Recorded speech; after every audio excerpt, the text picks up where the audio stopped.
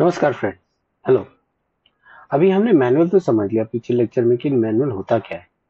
Now as per the syllabus there are specific topics that we are supposed to go through.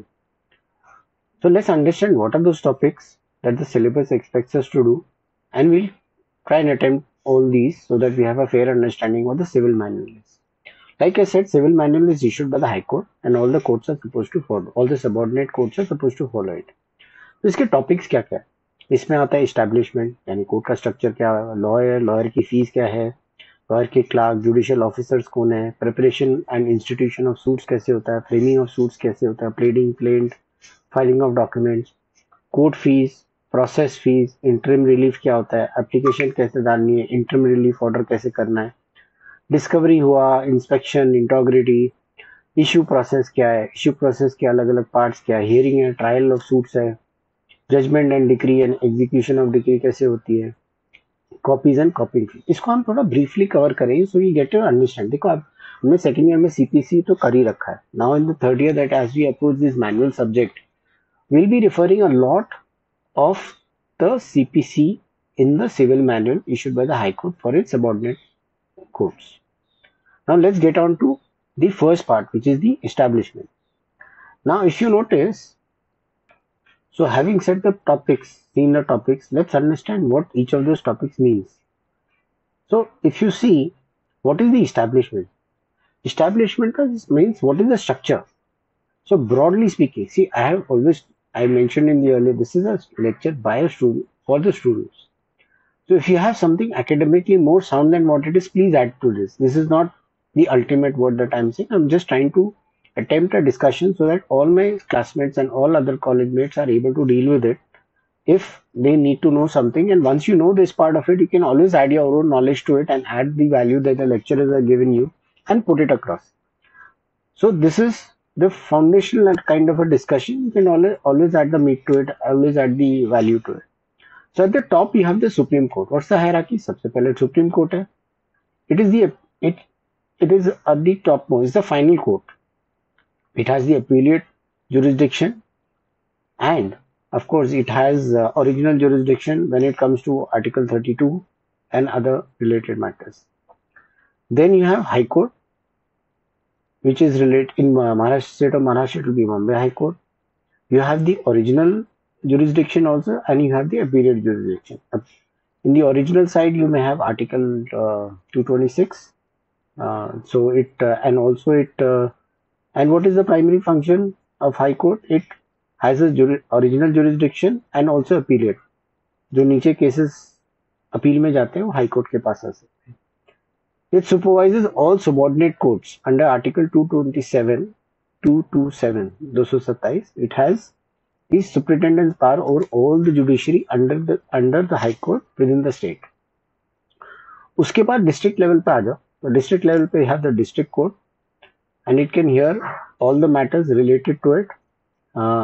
Unlimited pecuniary jurisdiction है उसके पास and it oversees all the judiciary, all the courts within its territory. Means जो district declare किया है district के अंदर सब कुछ देखते हैं वो. Under this you have subordinate courts like the civil judge senior division.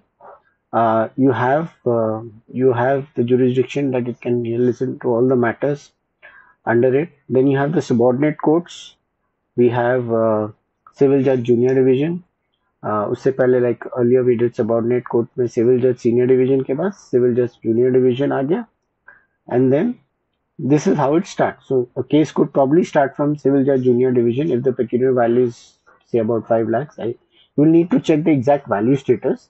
Okay, this is approximate which I came to know, which I put over here, but you can always cross check it and recorrect it if you require to do so.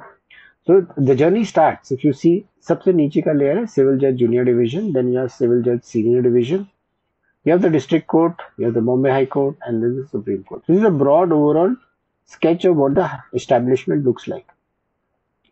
Now let's look at what are the various roles. अब ये courts में roles क्या है सबके? You have the judicial officer who presides over the court, ensures fair administration of justice, maintains records. So उसका responsibility है. You have officers like Nazir over there, and when we do the Bombay High Court manual, we'll understand who handles that post over there. So the judicial officer, as per CPC section 151, he has the inherent powers for administrative procedure and discipline. उसके बाद आते हैं हम advocates, जो हम बनेंगे represent clients, हम लोग ड्राफ्ट करते हैं, प्लीडिंग बनाते हैं, अपहोल्ड करते हैं, प्रोफेशनल एथिक्स को तो एक पूरा पेपर है सेकेंड ईयर में.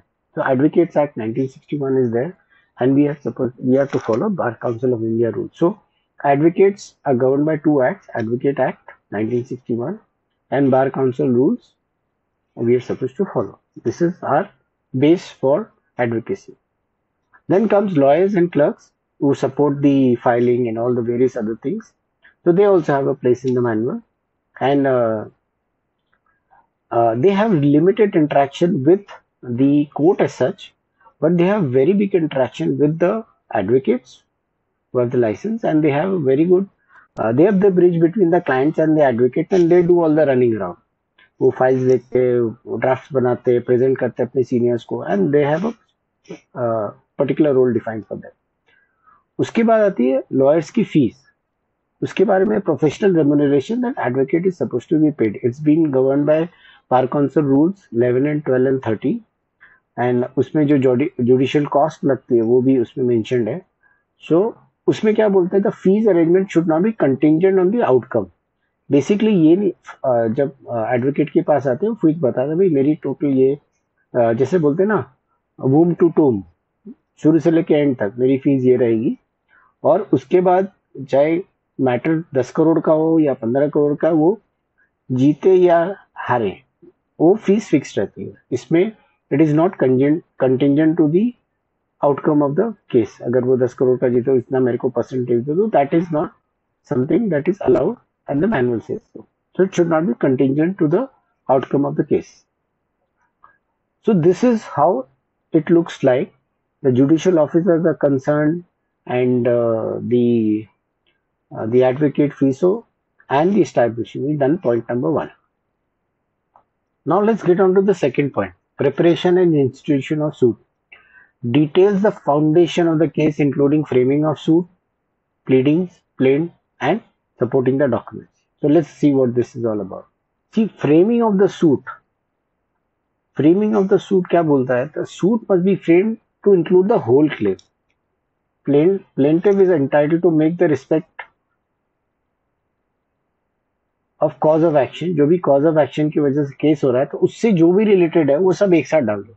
फॉर एग्जाम्पल, आपको पैसा नहीं आया, किराया नहीं आया, अभी किराया नहीं आया, आप उससे रिलेटेड जो भी मैटर्स है, अगर आपको लीव एंड लाइसेंस रिवोक करना है, आपको प्रिंसिपल, आपको डिपॉजिट नहीं आया, या आपको आपका रेंट नहीं है, जो भी सिचुएशन है, आपको उसका इंटरेस्ट क्लेम करना है, सब आपको एक ही साथ डालना है. आप उसको स्प्लिट नहीं कर सकते. मतलब एक ही कॉज ऑफ एक्शन के अगर मल्टीपल इश्यूज बन रहे तो सबको एक साथ बना दो. This is to avoid the multiplicity of the proceedings. मतलब मल्टीपल केस एक ही सब एक साथ डाल दो, क्योंकि सब एक ही कॉज ऑफ एक्शन से रिलेटेड है. The civil manual guides the staff on verifying that the subject matter and the valuation of the suit confirm to the pecuniary and the territorial jurisdiction. अभी सूट का pecuniary jurisdiction हमने पढ़ा, पैसे से related, territory या location से related है. So this is how the whole matter of framing of the suit is as per CPC order 2.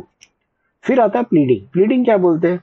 Pleading could be plaint and written statement. Plaint तो जो plaintiff file करता है, written statement सामने से respondent file करता है. उसमें क्या होना चाहिए? सिर्फ मटेरियल फैक्ट होने चाहिए. उसमें जो भी मटेरियल फैक्ट है, क्रोनोलॉजिकल हुआ, मतलब हिस्टोरिकल, इस दिन ये हुआ, फिर ऐसे हुआ, फिर वो हुआ, फिर उसने रेंट दिया, उसने रेंट पे नहीं किया, फिर ऐसा हुआ, उसने चेक इश्यू हुआ, डिसऑनर हो गया, जो भी रिलेटेड है उसमें डाल दो. एविडेंस नहीं डालना. There is no evidence at this stage that is required. Every pleading shall contain a statement in a concise form of the material facts on which the party relies, but not the evidence. Evidence नहीं डालना इसमें. Order 5, Rule 15 क्या बोलता है? Every pleading shall be verified by the party or one of the parties pleading on some pleading or who is acquainted with the facts. So when you are filing the claim, if you notice, we file an affidavit along of all the statements, and then the client signs it and says, look, whatever I'm filing, whatever is being filed, I'm very well aware of what I'm filing. कभी कभी नाजिर पूछता भी है, आपको पता है आपने पढ़ा है क्या इसको, and नाजिर will ask maybe sometime cross check and sometimes okay show me your identity, तो आधार कार्ड दिखाएगा, अच्छा ठीक है, and then he puts in his register everything, Aadhaar card number and everything he puts. And yeah, do you know what is being filed? Are you aware of it? And the client will say yes, and the advocate is standing next to him.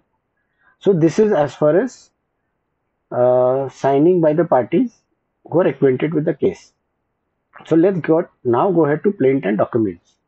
अभी plaint क्या बताता है? Plaint बताता है, like we said, pleading consists of plaint and written statement. Now we will go through plaint itself. Plaint discloses the cause of action. भाई case बना क्यों है? It tells you why the case has come. हो सकता है कोई right या duty का उल्लंघन हुआ है, somebody has breached it and then it becomes a cause of action.